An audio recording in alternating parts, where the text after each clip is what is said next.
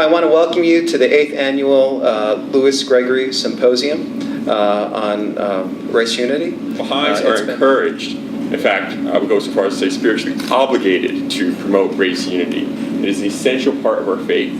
Man can experience genuine respect, honor, and a vital sense of unity with all other men. Joyce James is owner and CEO of Joyce James Consulting and the former Associate Deputy Executive Commissioner of the Center for the Elimination of Disproportionality and Disparities and the Texas State Office of Minority Health at the Texas Health and Human Services Commission.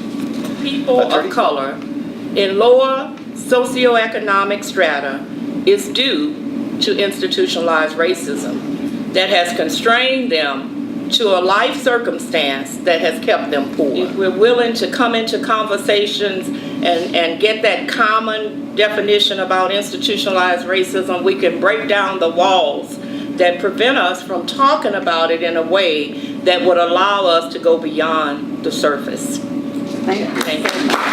It is not by the color of your skin or by your ability even to speak English, but how well you could shoot a basketball, hit a hard ball, or how fast you could ride your bike with playing cards stuck to the fork of your bike to make it sound like you were a jet challenges us. And then what happens after that?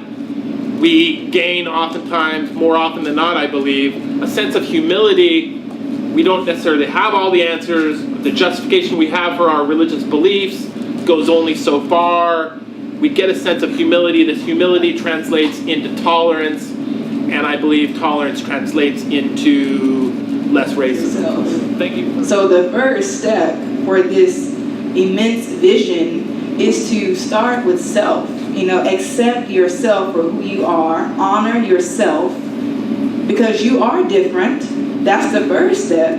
And once you realize that and you accept your family, because that's your immediate outside community, and then you accept your community that you're in, then we can start thinking about the next state. You to turn towards someone you don't know, so please make sure it's not someone you're with, just where you're sitting, and see if you can be connected heart to heart towards each other.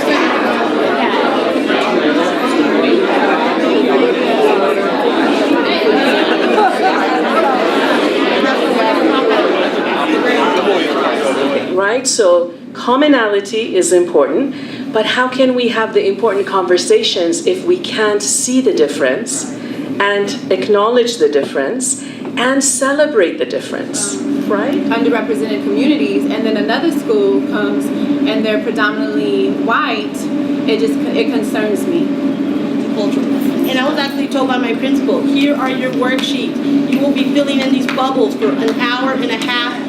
This is not a choice. This is what you will teach. We will be checking you. Right. That's what I checked out. That is not education. They did not like, they keep saying, no, we have to find the commonality. It's working in our community, and then we'll talk about some of the challenges. So. And then I'm sitting there thinking, when you try to either move up, someone always try to cut you down, and you're wondering, okay, well, why they're not hiring other people?